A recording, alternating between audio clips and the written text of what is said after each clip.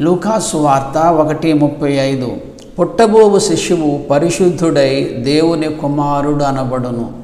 యేసు దేవుని కుమారుడు అనబడడానికి కారణం ఇక్కడ వ్రాయబడింది. పరిశుద్ధత అనేటువంటిది దైవిక లక్షణం గనుక, ఆ లక్షణము యేసులో ఉన్నది గనుక యేసు దేవుని కుమారుడయ్యాడు. పరిశుద్ధతను బట్టి యేసు దేవుని కుమారుడయ్యాడు. రోమా 1:5 మృతులలో నుండి పునరుద్ధానుడైనందున పరిశుద్ధమైన ఆత్మను బట్టి దేవుని కుమారుడుగా ప్రభావముతో నిరూపింపబడెను. మరణముపై విజయము సాధించి జీవము కలిగి ఉండటము, అనేకులకు జీవమునివ్వటము అనేటువంటిది దైవిక లక్షణము. ఆ లక్షణం యేసులో ఉన్నది గనుక యేసు దేవుని కుమారుడయ్యాడు.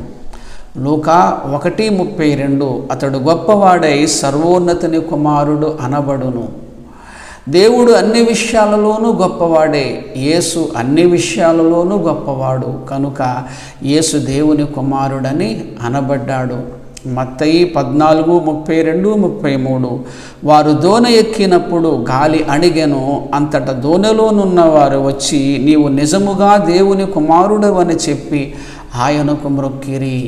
ప్రకృతి శక్తులపై అధికారము కలిగి ఉండటము దేవునికి గల శక్తి సామర్థ్యము, ఆ శక్తి సామర్థ్యము యేసులో ఉన్నది గనుక యేసుని దేవుని కుమారుడు అని పిలిచారు. యేసుని దేవుని కుమారుడు అని వ్రాయబడడానికి గల కారణాలు ఇంకా చాలా వచనాలు ఉన్నాయి.